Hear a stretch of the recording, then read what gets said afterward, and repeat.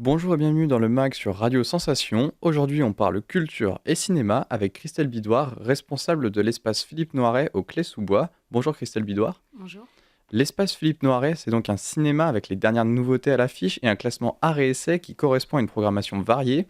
Vous développez aussi d'autres activités, autres que la projection de cinéma, spectacles, expositions. Qu'est-ce qui guide votre activité ? Le plus de culture possible pour tous les publics. Il y a une volonté de culture orientée vers tous, pour tous, avec aussi une inflexion jeune public, puisque le cinéma est classé art et essai et également labellisé jeune public. L'espace Philippe Noiret est impliqué aussi dans différents dispositifs d'éducation à l'image. On a un poste de médiation qui est dédié spécifiquement à l'accueil des scolaires, au travail en classe avec les scolaires, à l'accueil en salle, etc., etc. Et on a aussi une programmation jeune public assez variée, tant en cinéma qu'en spectacle vivant. Alors ces autres événements, quelle part de la fréquentation représentent-ils ? Le gros de l'activité reste l'activité cinématographique. Peut-être 80% de l'activité cinématographique représente la fréquentation, et puis les expositions, le spectacle vivant, 20%, peut-être. Et on a aussi des salles de pratique artistique amateur, qui fait qu'on reçoit aussi des gens qui font du théâtre, qui font de la danse, qui font de la sculpture. Donc l'espace Philippe Noiret est aussi fréquenté pour des pratiques artistiques. Avec vraiment une ambition de démocratiser un peu la culture. Voilà. C'est un centre socioculturel. Alors, on va revenir sur les différents événements que vous organisez en avril et en mai, mais d'abord, je vous propose d'écouter un extrait et on en reparle juste après. Oui.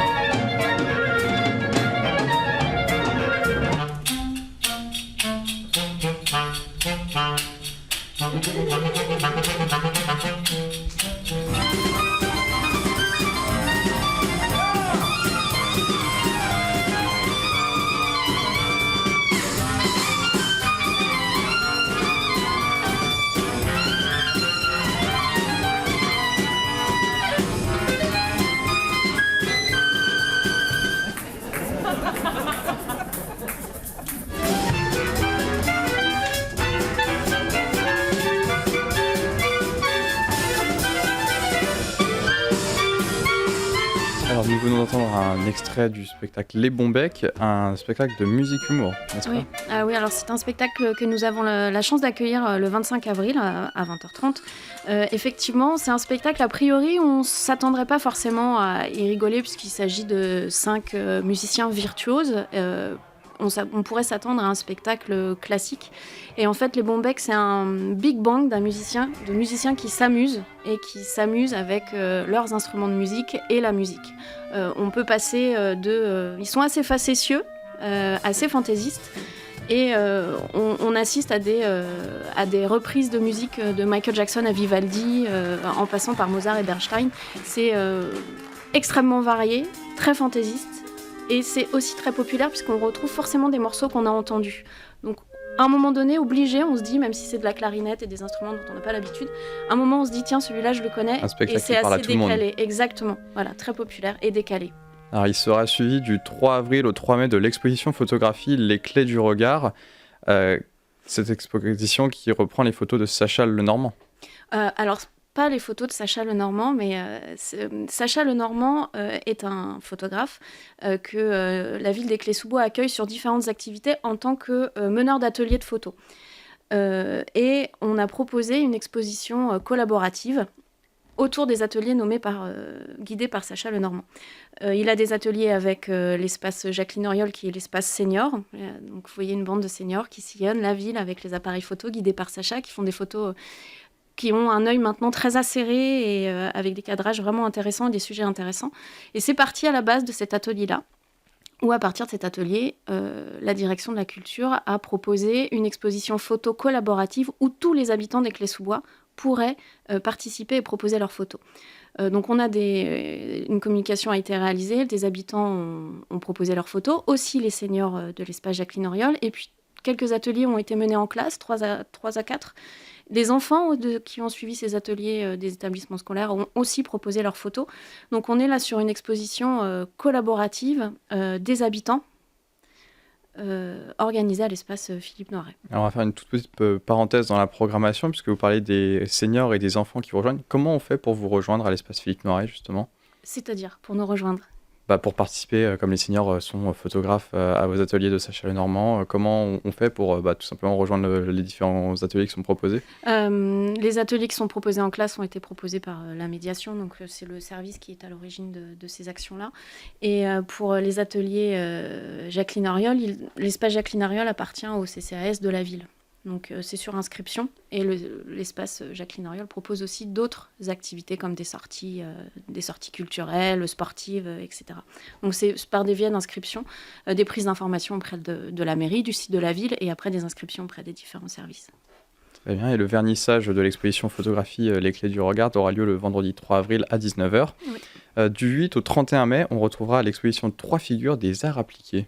Alors ce sont trois personnes, 3 artistes qui sont passés par l'école des arts appliqués du Perret, si je me trompe pas. Ce sont des personnes... l'exposition du mois de mai, dans le cadre de la politique culturelle, nous la voulons d'artistes de proximité. Et ces 3 artistes font partie de l'environnement de l'espace Philippe Noiret. Certaines sont clésiennes, et elles proposent donc des arts très pointus. Il y a de la peinture sur soie, il y a du dessin de mode aussi, des aquarelles, des arts spécifiques. Et elles sont toutes les 3 donc passées par l'école des arts appliqués, d'où le titre. Début mai, il y aura également soirée disco, le jeudi 7 mai. Oui. Que pouvez-vous nous en dire de cette soirée ? Alors, c'est une soirée que nous voulons évidemment festive et gaie. Cette année, il y aura un groupe live qui viendra interpréter des morceaux disco, et un DJ également. Il y aura un espace lounge, comme on dit, un peu relax, et puis un bar et un vestiaire. C'est jusqu'à 1h du matin. On a essayé aussi d'organiser un concours de déguisement. Voilà, on réserve aussi quand même des surprises. Je ne vais pas tout vous dire là maintenant, puisque l'idée est aussi d'appâter les gens et le public pour venir s'amuser avec nous. C'est une soirée où on veut s'amuser nous aussi. Justement, une soirée disco qui rappelle un peu les années passées. Est-ce que ça reste plutôt un public âgé, ou vraiment tout public est attendu à cette soirée ? Qu'est-ce que vous entendez par âgé ? C'est assez... Non, on arrive à toucher de jeunes personnes aussi. Alors, c'est évidemment une soirée qui n'est pas dédiée aux adolescents. Après, on peut s'y retrouver même jeune, hein. Et on reste jeune même si on devient vieux. Mardi 12 mai, il y aura également le spectacle de théâtre Michael. Du théâtre, c'est... Alors ce spectacle-là fait partie d'un programme, d'un projet qui est mené par le service jeunesse en partenariat avec les collèges de la ville. Il s'agit d'un projet de prévention autour de 3 événements culturels, dont un spectacle à destination uniquement des scolaires. Et cette année, le thème choisi est l'identité. Et ce spectacle, Michael, c'est l'histoire d'un jeune garçon qui vit dans une famille un peu dysfonctionnelle. Et il est fan de Michael Jackson, il se prend un peu pour son idole, mais tout bascule évidemment en juin 2009, quand Michael Jackson décède. Que faire quand on est fan d'un mort ? Et donc, comment on se reconstruit avec ça ? Et donc, comme vous l'avez dit, ce spectacle ne s'adresse pas à tout le monde. Juste, il nous reste un tout petit peu de temps. Est-ce que vous pourriez peut-être nous donner le site internet où on peut peut-être retrouver des informations sur... Le site de la ville, la plaquette est disponible sur le site de la ville. Il y a également un Facebook de l'espace Philippe Noiret. Et notamment, vous pourrez prendre connaissance du merveilleux spectacle Jeune Public Tisse tous les pouces verts que nous proposons le 29 mars. Merci Christelle Bidoire d'avoir été avec nous aujourd'hui. Je rappelle que vous êtes responsable de l'espace Philippe Noiret au Clés-sous-Bois. Cette émission est également disponible en podcast audio et vidéo. C'est sur notre site internet et sur l'application Sensation.